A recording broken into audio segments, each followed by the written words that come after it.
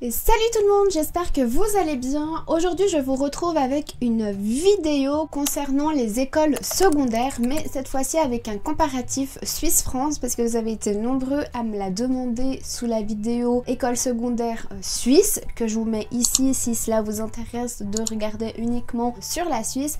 Mais voilà, vous avez été nombreux donc à vouloir le comparatif, le voici, le voilà et c'est parti. Salut à tous, moi c'est Lily. Aujourd'hui, nous allons parler une fois de plus éducation à travers quelques critères que j'ai bien évidemment recherchés. Donc, on est parti.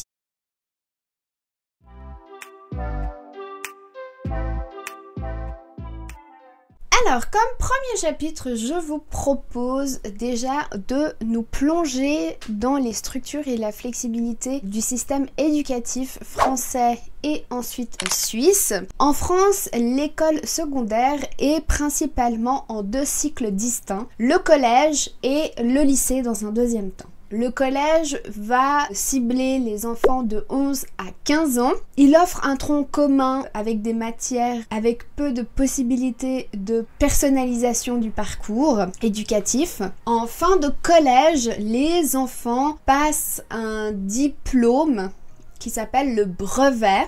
C'est une évaluation qui est standardisée dans la France entière et qui détermine le passage au lycée. Le lycée commence à 15 ans et se termine à 18 ans en France.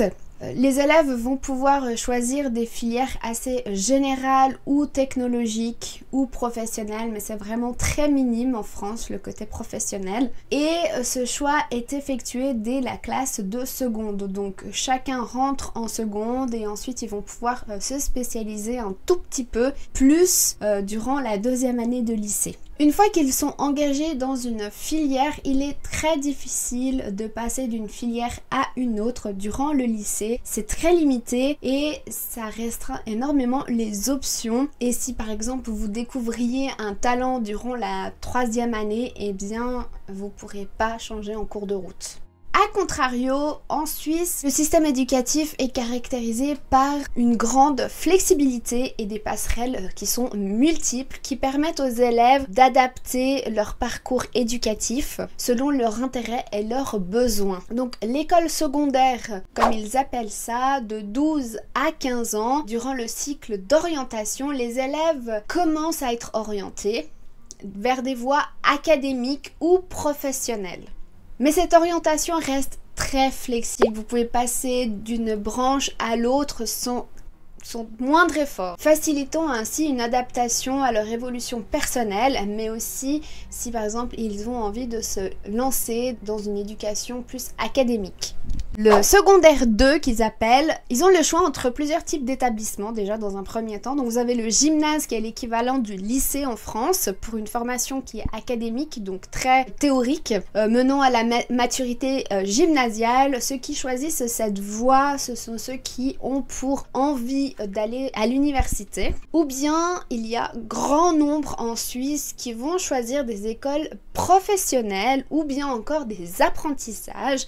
Ce sont des formations qui sont beaucoup plus pratiques que théoriques. La Suisse offre aussi de nombreuses passerelles entre ces voies, permettant par exemple un élève ayant commencé une formation professionnelle de poursuivre ses études au gymnase, s'il le souhaite, finalement, obtenir une maturité et aller plus loin dans ses études.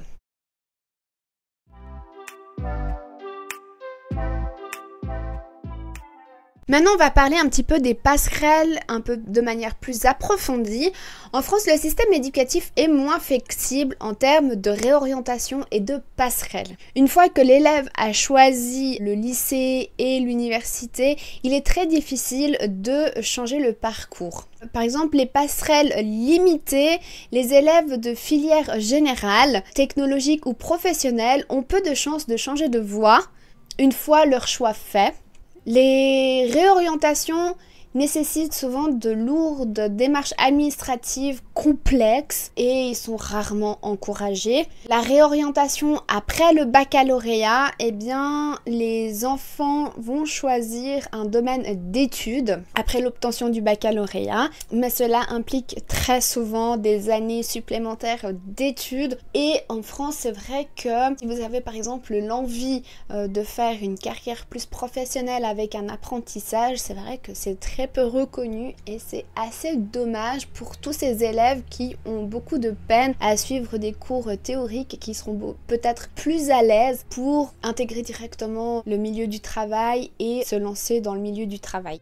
Donc comme je vous disais, la Suisse offre beaucoup plus de flexibilité par rapport à tout ça. Vous pouvez très bien passer d'une orientation professionnelle à une orientation théorique et inversement. Tout est possible avec des espèces de des passerelles d'une année de formation pour une réadaptation du niveau, etc. Et la formation continue en Suisse, même une fois adulte, même si vous avez intégré une entreprise, eh bien on va vous proposer des formations continues, c'est-à-dire que vous allez continuer vos études via votre travail et ainsi vous pouvez aussi valoriser vos diplômes si par exemple vous étiez arrêté à un CFC et puis que vous voulez obtenir une maturité, rien n'est impossible, même après plusieurs années, vous pouvez retourner sur les bancs de l'école si vous en avez l'envie à 50 ans, il n'y a pas de souci en Suisse.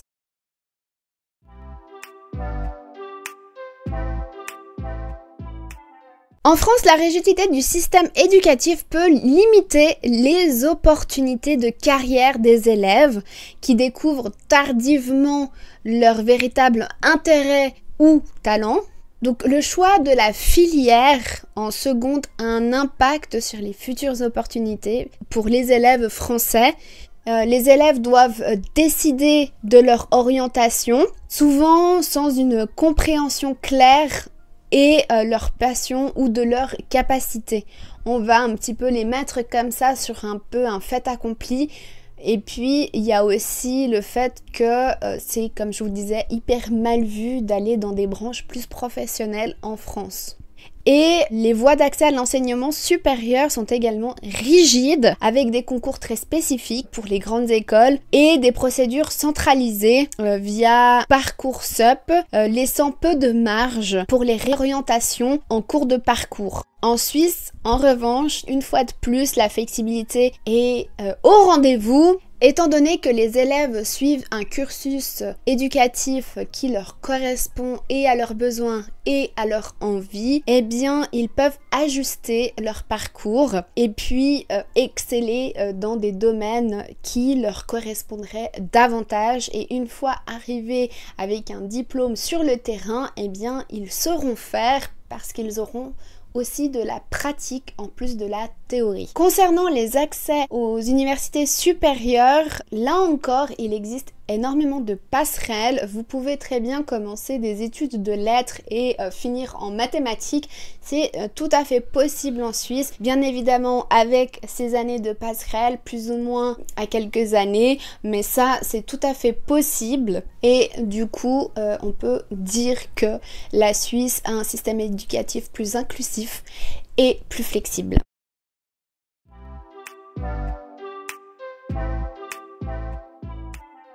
Maintenant, on va parler un petit peu des coûts concernant l'enseignement supérieur. Eh bien, en France, les coûts des études universitaires est relativement bas comparé à d'autres pays. Les frais de scolarité sont fixés par le gouvernement et restent accessibles pour la plupart des étudiants. Donc par exemple, les universités publiques, les frais d'inscription annuels pour une licence sont d'environ 170 €, donc c'est pas grand chose, tandis que pour un master, ils vont s'élever à 243 €. Après, si vous rentrez dans des choses un peu plus spécifiques, telles que par exemple des écoles d'ingénieurs publiques, eh bien là, le montant va s'élever dans les 601 €. Et bien évidemment, ces coûts sont fortement subventionnés par l'État, rendant l'enseignement supérieur abordable. Concernant les grandes écoles maintenant en France, elles peuvent elle, en revanche, être plus coûteuse, avec des frais pouvant aller de quelques milliers d'euros à des dizaines de milliers d'euros par an, surtout dans des établissements privés ou spécifiques, comme par exemple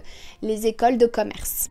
En Suisse, les frais de scolarité varient selon les cantons et les institutions, mais ils tendent à être plus élevés qu'en France. En effet, dès que vous voulez continuer vos études en Suisse, eh bien vous passez un petit peu par la caisse. Donc concernant les universités cantonales, les frais d'inscription annuels dans les universités suisses varient généralement entre 1000 et 2000 francs suisses. Donc ils sont bien plus élevés qu'en France. Ces frais restent relativement abordables par rapport à d'autres pays encore en Europe, mais ça reste assez élevé. D'ailleurs, j'en ai fait toute une vidéo concernant la vie des étudiants en université, comment ils arrivent à s'en sortir pour pallier leur vie et leur vie de cours. Je vous laisse aller zioter ça et je vous mets bien évidemment encore en barre de description si cela peut vous intéresser. Les autres écoles spécialisées en Suisse sont similaires aux universités cantonales, mais peuvent varier selon le programme spécifique et la localisation de l'école. Donc voilà pour cette vidéo. Pour conclure un petit peu, on peut dire que la Suisse offre effectivement des possibilités de flexibilité beaucoup plus élaborées que la France, mais que en France ça coûte moins cher d'étudier qu'en Suisse. Enfin, voilà, il n'y a pas de meilleure école chez l'un ou chez l'autre. On a tous une façon de fonctionner qui est différente et qui s'adapte aussi aux besoins et aux envies de nos citoyens, je pense. Donc voilà, moi c'est sur ça que je vais vous laisser. J'espère que cette vidéo vous aura été utile et ce comparatif vous aura plu. J'espère vous retrouver très vite pour une nouvelle vidéo et je vous fais de gros bisous. À très vite. Ciao, ciao!